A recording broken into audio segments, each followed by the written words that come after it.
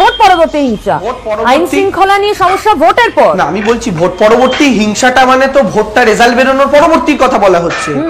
ভোটের পরে মমতা ব্যানার্জির শপথ গ্রহণ হওয়ার আগে যে ঘটনাগুলো ঘটেছিল সেইগুলো নিয়ে বিভিন্ন রকম ভাবে বিতর্ক তৈরি করেছিল বিজেপি। তখন প্রশাসনটা দিদির হাতে ছিল না, সেটা নির্বাচন কমিশনের হাতে ছিল। তারপরে মমতা কিন্তু ভোট পরবর্তী হিংসার যে গুরুতর অভিযোগ বিজেপি করছে, আপনারা কি মানছেন? এই যে জায়গায় জায়গায় খুনের অভিযোগ বিজেপি করছে, এটা সম্পর্কে কি বলবেন? মানুষ ভাবছে কি বলবেন? না, তাদের অভিযোগ সম্পূর্ণ মিথ্যা। দুদিন ধরে একটা করে লিফলেট নিয়ে প্রচার করছে, আর যখন কিছু পাচ্ছে না, কোথাও কোনো অভিযোগ নেই, সম্পূর্ণ মিথ্যা অভিযোগের ভিত্তিতে রাজনীতি করছেন আপনারা। অভিযোগ দেবাংশু, খড়গপুরে আজকে ভুয়ো লিফলেট। দেখুন, আমরা যা বলছি পক্ষান্তরে তাপসদাও সেটা স্বীকার করে নিল। আমরা বলছি মানুষ খুন হচ্ছে, তাপসদাও বললেন যে তাদের কর্মী খুন হচ্ছে। আমরা তো সেটাই বলছি যে বিজেপির কর্মী খুন হচ্ছে, মানুষ খুন হচ্ছে, এবং তৃণমূলের কর্মীও খুন হতে পারে। আমরা তো সেই জন্যই বলছি যে রাজ্যে আইন শৃঙ্খলা নেই। যে রাজ্যে মুখ্যমন্ত্রীর নাম মমতা ব্যানার্জি, সেখানে আইনের শাসন নেই, সেই জন্য মানুষ খুন হচ্ছে। আর সেই জন্য হাইকোর্টকে 3 জনের কমিটি তৈরি করে দিতে হয়েছে। আমরা যে অভিযোগটা করেছিলাম তার সারবত্তা হাইকোর্ট পেয়েছে, এবং হাইকোর্ট বলেছে একজন মানুষের যাতে ঘরের বাইরে না যায়। 3 জনের কমিটিকে দায়িত্ব দিয়েছে তাদেরকে ঘরে ফেরানো। আজকে অত্যাচার এমন জায়গায় পৌঁছেছে যে তাদেরকে মুচলেখা দিতে হচ্ছে। 20,000, 30,000, 40,000 টাকা করে তাদেরকে জমা করতে হচ্ছে, তো গ্রামে থাকতে পারবে না। এটা সর্বৈব মিথ্যে। আপনারা তথ্য প্রমাণ সামনে আনছেন না কেন যে এত লিস্ট, এত তালিকা, 40-50 সংখ্যাটা যাই হোক নাম দিয়ে? হাইকোর্ট যে রায়টা দিয়েছে সেখানে তথ্য প্রমাণ দেখেই দিয়েছে। আমরা যদি তথ্য প্রমাণ পেশ করতে না পারতাম তাহলে মামলাটা খারিজ হয়ে যেত। হাইকোর্ট 3 জনের কমিটি দিত না। প্রথম কথা হচ্ছে রায় আর অবজারভেশনের মধ্যে তফাৎ রয়েছে, আমি প্রণয়তাকে মনে করিয়ে দিতে চাই। এবং সবচেয়ে সহজ একটা কথা আমায় বলুন তো, এই যে ঘর ছাড়া কথাটা বলা হচ্ছে 2-1টা জায়গায় যদি হয়েও থাকে, আপনি বৃহত্তর পরিপ্রেক্ষিতে বলুন তো। বিজেপির নেতারা দিলীপ ঘোষ এসে গ্যাস খাইয়ে গেছেন, তাদেরকে বলে গেছেন মেরে দাও, কেটে দাও, পুঁতে দাও, গরম জল করো, যা খুশি করে নাও, আমরা দেখে নেবো। তলায় গ্রাউন্ড লেভেলে সেই কর্মীগুলো দিলীপ ঘোষের কথা অক্ষরে অক্ষরে পালন করে গ্রামবাসীদের থ্রেট দিয়ে গেছেন, হুমকি দিয়ে গেছেন, তারস্বরে চেঁচিয়ে মিছিল করেছেন। এবার ভোটে জেতা তৃণমূল কংগ্রেস জেতার পর তাদের যদি মনে হয় আমরা সাধারণ গ্রামবাসীকে জ্বালিয়েছি, গ্রামবাসীকে বিরক্ত করেছি, এখন আমরা পালিয়ে যাই, এটা তাদের চিন্তা ভাবনা, কারণ তারা সেই পাপ কাজটা করেছে। সেই জায়গায় এই যুক্তিটা একটু দুর্বল হলো না? কারণ এই বিপুল ম্যান্ডেট এই মানুষের সমর্থন নিয়ে আসার পর আইন শৃঙ্খলা সুরক্ষিত করার প্রথম দায় এবং দায়িত্ব সরকারের। আমার কথা, কেউ যদি নিজে কিছু, আপনি বলুন না, আমি যদি মনে করে থাকি আমি আমার পাড়ার লোকেদের হুমকি দিয়ে গেছি কয়েকটা দিন পর্যন্ত, এবং তৃণমূল কংগ্রেস জিতেছে, যেখানে মানে ভয় পালিয়ে যাচ্ছে, নিজেরা ভয় পালিয়েছে, এটা ভেবে আমি আসছি। এটা স্বাভাবিক অঙ্ক। প্রথমেই শুরুতে তুমি আমাকে একটু বলতে দিয়েই তাপসদাকে দুবার বলিয়ে আমার উত্তরটা নিলে না। আমি প্রথম বলে দিই যে তাপসদা যেটা বলেছিলেন নন্দীগ্রামের 2007-এর সময় আর আজকে 2021, আমি তাপসদা মনে করে দিই সেদিনও যা কনস্টিটিউশনে 356 যা লেখা ছিল আজকেও 356 সেটাই লেখা আছে।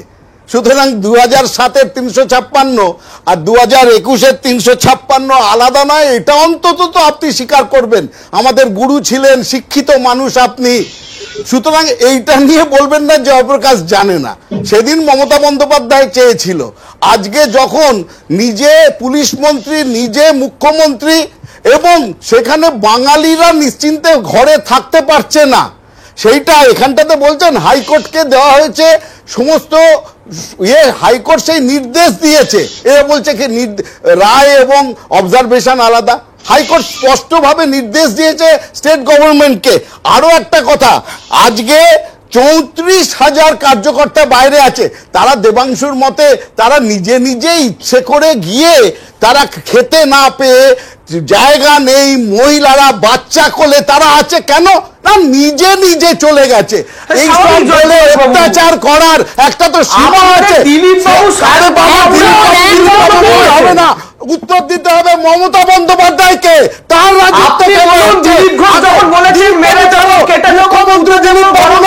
মুখ্যমন্ত্রী দিলীপ বাবু নয়, তার উত্তর দিলেন। মুখ্যমন্ত্রী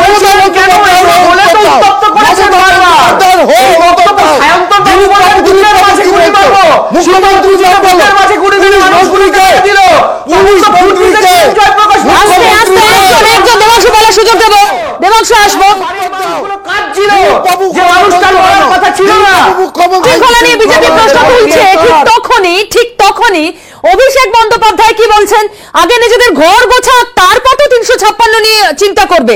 অভিষেক বন্দ্যোপাধ্যায় তৃণমূলের অন্যতম গুরুত্বপূর্ণ মুখ, তিনি ছাড়াও বিজেপি নেতা এই মুহূর্তে রাজীব বন্দ্যোপাধ্যায় দল বদলে ভোটের আগে গিয়েছিলেন, তিনিও বেসুরো পোস্ট করছেন যে এই মুহূর্তে বিপুল জনমত নিয়ে যে সরকার এসেছে এভাবে তার সমালোচনা করতে গিয়ে বিজেপি নিজের বিপদ নিজে ডেকে আছে। আমরা আসবো সেই কথায়, তবে তার আগে আজ এই অগোছালো বিজেপিকে গোছানোর পর্যালোচনা বৈঠক হলো হেস্টিংসে। কি কি সেখানে সিদ্ধান্ত হলো আপনাদের জানাবো, কিন্তু সেই সিদ্ধান্তকে ছাপিয়ে বৈঠকে বিতর্ক যেন প্রাধান্য পেয়ে গেল, কারণ মুকুল রায় অনুপস্থিত, রাজীব বন্দ্যোপাধ্যায় অনুপস্থিত এবং সুর চড়ালেন সব্যসাচী, অর্জুন, অনেকেই।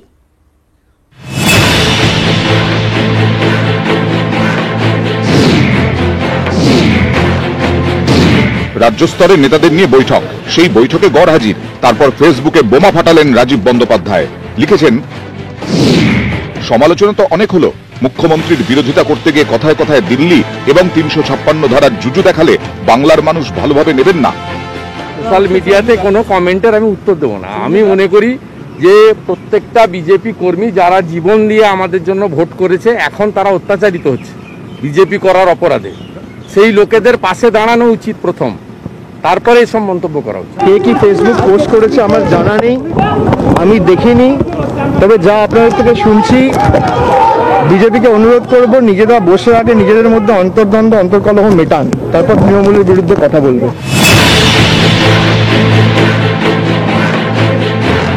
মঙ্গলবার হেস্টিংসে বিজেপির পর্যালোচনা বৈঠক। এই বৈঠকে শুধু রাজীবই নন, অনুপস্থিত মুকুল রায়ও। এ নিয়ে নানা মহলে শুরু হয়ে যায় গুঞ্জন। রাজীব বন্দ্যোপাধ্যায় প্রদেশের কোনো পদাধিকারী নন, কিন্তু বিশেষ আমন্ত্রিত হিসেবে আরো কয়েকজন ছিলেন। তিনি ব্যক্তিগত সমস্যার জন্য আসতে পারেননি। মাননীয় মুকুল রায়, তার পারিবারিক সমস্যা, তার শরীর খারাপ ছিল, তার স্ত্রী অসুস্থ আছেন, আসেননি। মুকুল রায় অবশ্য অন্য কথা বলছেন। তার দাবি, বৈঠকের কোনো খবরই ছিল না তার কাছে। তাছাড়া পরিবারকে নিয়ে তিনি ব্যস্ত, ব্যক্তিগত সমস্যায় যন্ত্রণায় আছেন। এদিকে রাজ্যে বিজেপির এই পরিস্থিতি নিয়ে বৈঠকেই নেতৃত্বের বিরুদ্ধে ক্ষোভ উগরে দেন অর্জুন সিং এবং সৌমিত্র খাঁ। শুধু বৈঠক করলেই হবে না, লড়াইয়ের ময়দানে সরাসরি নামার আহ্বান জানান ওই দুই নেতা। কলকাতায় যখন বৈঠক করছেন দিলীপ, তখন দিল্লিতে শুভেন্দু। বৈঠক করলেন অমিত শাহ, জেপি নাড্ডাদের সঙ্গে। এ নিয়েও নানা মহলে আলোচনা। যারা দেখেছেন তারা জানেন শুভেন্দুবাবু এখানকার বিধানসভার বিরোধী নেতা, আর তার একটা আলাদা প্রশাসনের গুরুত্ব আছে। সেজন্য যেহেতু আমাদের সরকার আছে, এখানকার পলিসি ইত্যাদিও তার রোল সম্বন্ধে কিছু কথা হতে পারে, এটা আমাদের পার্টির তরফ থেকে কিছু জানানো হয়নি। আমি অমিতাভ চক্রবর্তীকে বলে এসেছি, দিলীপদার সঙ্গে সরাসরি আমার কথা হয়নি, অমিতাভ জানে। আর এটা নিয়ে আলাদা কিছু নেই, দিলীপদার সঙ্গে আমার অ্যাডজাস্টমেন্ট ভালো, আমরা দুজনেই মেদিনীপুর থেকে এসেছি। বুধবার প্রধানমন্ত্রীর সঙ্গে বৈঠক শুভেন্দু অধিকারীর। বৈঠক করবেন অমিত শাহের সঙ্গেও। নিউজ 18 বাংলা। আমি ঠিক এই প্রসঙ্গে আমাদের সঙ্গে অ্যানালিস্ট আছেন দেবাশিস বাবু, আপনার কাছে আসি। এই যে একটা সরকার গড়ার পরপরই রাজনৈতিক ইস্যুতে সোচ্চার হয়ে বিরোধী দল সামনে আসতে চাইছে, এটা কি কোথাও রাজনৈতিক জমিটা যতটুকু তারা পেলেন 3 থেকে 77 কিছুটা তো বটেই এগোতে পারলো বিজেপি, সেটাকে আরো বেশি এগিয়ে নিয়ে যাওয়ার কৌশল? এবং এটাতে কি এই মুহূর্তে যে জনসমর্থন তৃণমূলের সঙ্গে রয়েছে সেটা কি আদৌ ধাক্কা খেতে পারে? বিপুল ম্যান্ডেটের মাধ্যমে তৃণমূল কংগ্রেস সরকারে এসেছে এবং প্রত্যাশিতভাবে তারা জয়ী হয়েছেন, অনেক সিট পেয়েছেন। তৃণমূল কংগ্রেসের নেতৃবর্গ এতটা আশা করেনি, ফলে একটা দায়িত্বশীল সরকার তারা উপহার দিতে চাইছে।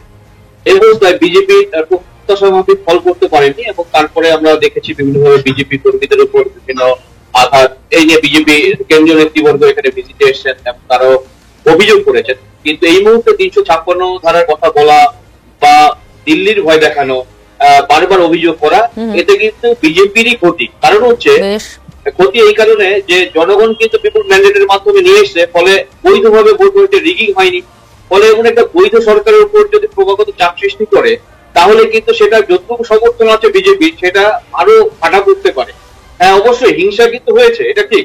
এখন রাজ্য সরকারের যেমন দায়িত্ব সেই হিংসাকে প্রতিরোধ করা, পাশাপাশি বিজেপি নেতৃবর্গেরও যাওয়া উচিত সে নির্যাতিতদের পাশে। কিন্তু দেখা যাচ্ছে যে বিজেপি কর্মীদের অনেকের অভিযোগ যে ভোটের আগে যে কেন্দ্রীয় নেতৃবর্গ তাদের পাশে এসেছিল, রাজ্য নেতৃবর্গ, এখন যখন তারা আক্রান্ত হচ্ছে পাশে পাচ্ছেন না। এবং অনেক মানে তৃণমূল নেতা যখন বিজেপিতে জয়েন করেছেন তারা এখন বেসুরো সুর গাইছেন, এবং এটার উদ্দেশ্য কি?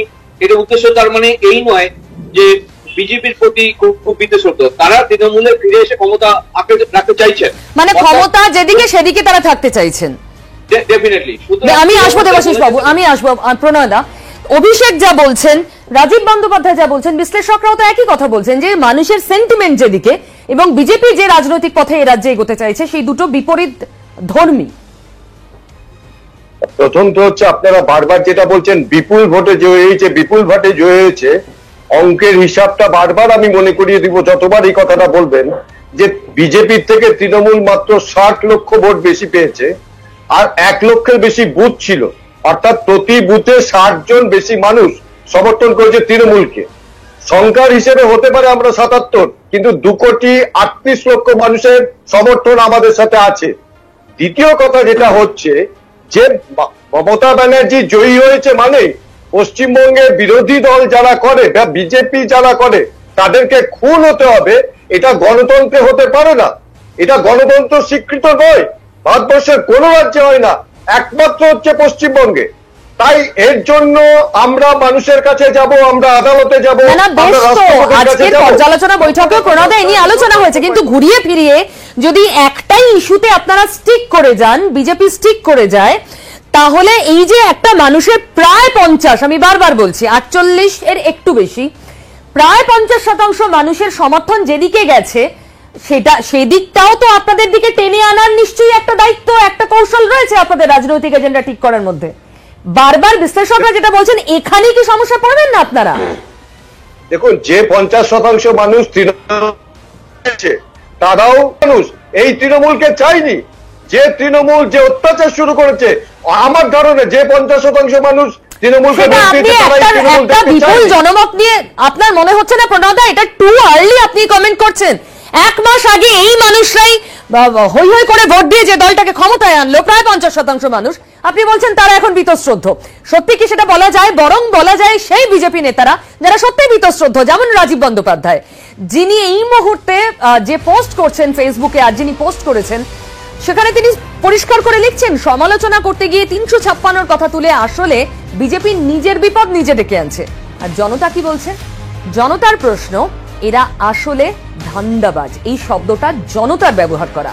আমরা যখন আপনাদের প্রশ্ন করতে বলি, আমি এই প্রসঙ্গেই অ্যাবসলিউটলি জয়দা আমি আপনার কাছেই আসছি, এটার উত্তরও তো আপনাদের দিতে হবে। আমরা জানি আজ হেস্টিংসের পর্যালোচনা বৈঠকে অর্জুন সিং, সব্যসাচীরা সুর চড়িয়েছেন, দিলীপ ঘোষকে দেখেই জায়গায় জায়গায় বিক্ষোভ হচ্ছে, চুঁচুড়ায় হয়েছে, আসানসোলে হচ্ছে, আরো অনেক জায়গায়, তার উপর এইভাবে অন্দর থেকে বেসুরো, এটাকে সামলাবেন তো?